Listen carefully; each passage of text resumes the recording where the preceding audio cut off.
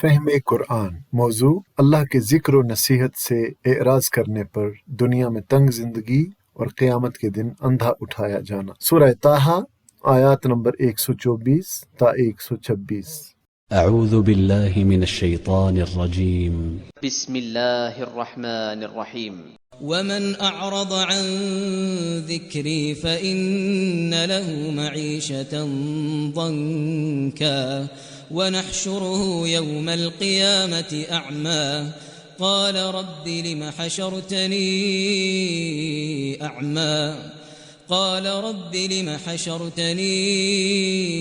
أعمى وقد كنت بصيرا قال كذلك أتتك آياتنا فنسيتها وكذلك اليوم تنسى۔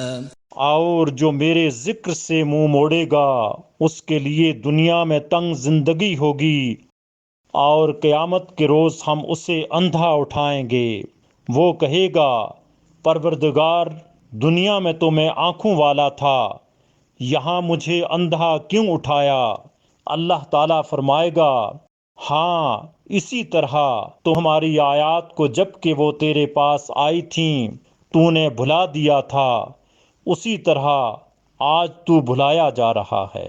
فرمایا گیا ومن اعرض عن ذکری فإن له معیشة ضنکا، کہ جو میرے ذکر سے، میری یاد سے، میری نصیحت سے اعراض کرے گا یعنی منہ موڑے گا، فإن له معیشة ضنکا، اس کے لیے دنیا میں تنگ زندگی ہوگی۔ دنیا میں تنگ زندگی ہونے کا مطلب یہ نہیں ہے کہ اسے تنگ دستی لاحق ہوگی، بلکہ اس کا مطلب یہ ہے کہ یہاں اسے چین، قناعت اور قلبی سکون نصیب نہ ہوگا۔ کروڑ پتی بھی ہوگا تو اضطراب، بے چینی اور بے کلی میں رہے گا۔ اس کی دنیاوی کامیابیاں ہزاروں قسم کی غلط تدبیروں کا نتیجہ ہوں گی، جن کی وجہ سے وہ اپنے ضمیر سے لے کر گرد و پیش کے پورے اجتماعی ماحول تک ہر چیز کے ساتھ پہم کشمکش کی حالت میں رہے گا، جو اسے کبھی امن و اطمینان اور سچی مسرت سے بہرہ مند نہ ہونے دے گی۔ اللہ سے غافل، اللہ کی نصیحت سے منہ موڑنے والا شخص اللہ پر توکل اور اس کی عطا کردہ پر قناعت سے محرومی کی وجہ سے ہر وقت زیادہ سے زیادہ مال و جاہ کی ہوس میں مبتلا رہتا ہے۔ مال کی دو وادیاں ملنے پر تیسری کی تلاش میں چل نکلتا ہے، اور پیاس کے مریض کی طرح کہ وہ جتنا پانی چاہے پی لے، اس کی پیاس ختم نہیں ہوتی، تو ایسے شخص کی ہوس بھی کبھی ختم نہ ہوگی۔ کروڑوں اربوں کا مالک ہونے کے باوجود فقیر رہے گا۔ حرص اور بخل کی کمینگی کی وجہ سے اسے کسی کی دلی محبت حاصل نہ رہے گی۔ اس کے پاس سامان راحت تو بہت ہوگا، مگر جس کا نام راحت ہے وہ نصیب نہ ہوگی، کیونکہ وہ قلب کے سکون و اطمینان کے بغیر حاصل نہیں ہوتی۔ اموال و اولاد ایسے شخص کے لیے راحت و سکون بننے کے بجائے اللہ کی طرف سے عذاب بن جاتے ہیں۔ پھر وہ وقت آ جاتا ہے کہ اسے گولیوں کے بغیر نیند نہیں آتی، اور ہر آسائش حاصل ہوتے ہوئے بھی اسے اس رنج و الم سے بھری ہوئی زندگی سے چھٹکارے کی کوئی صورت خودکشی کے سوا نظر نہیں آتی۔ یقین نہ آتا ہو تو ترقی یافتہ ممالک میں خودکشی کا تناسب دیکھ لیں۔ اور ایک دوسرا رخ یہ ہے کہ اگر ایسا شخص تنگ دست ہے، یعنی جو اللہ سے غافل ہے، اللہ کے ذکر سے، اللہ کی یاد سے منہ موڑے ہوئے ہے، اعراض کرنے والا ہے، اگر تنگ دست ہے تو اپنی تکلیفوں اور مصیبتوں پر ہمیشہ واویلا کرتا رہے گا، اور جزا فضا میں ہی اس کی زندگی بسر ہو جائے گی۔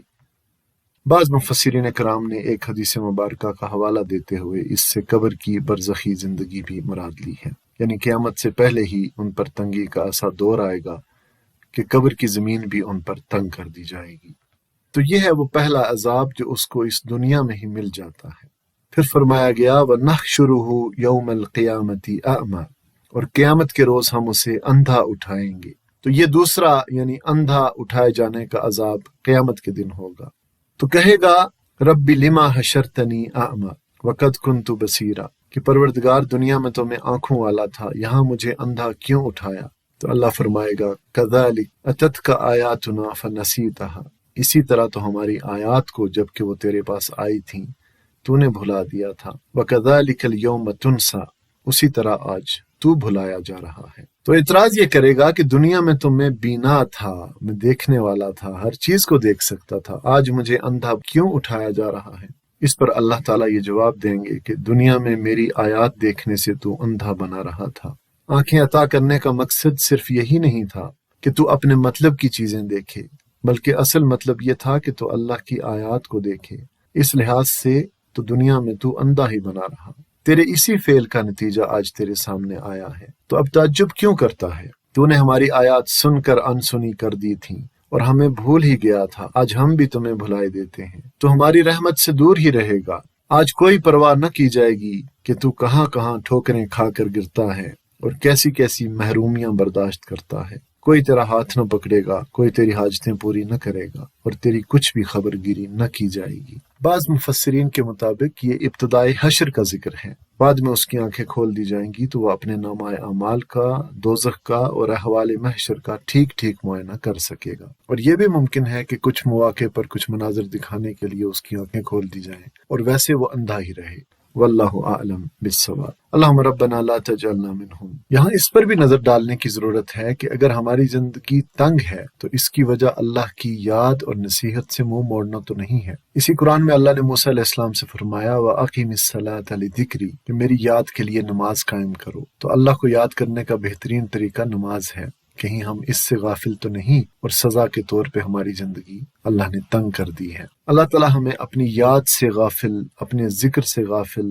اپنی نصیحت اور آیات سے غافل ایسے لوگوں میں کبھی شامل نہ کرے جن کے لیے دنیا میں تنگ زندگی ہے اور جو آخرت میں اندھے اٹھائے جائیں گے اور جنہیں بھلا دیا جائے گا۔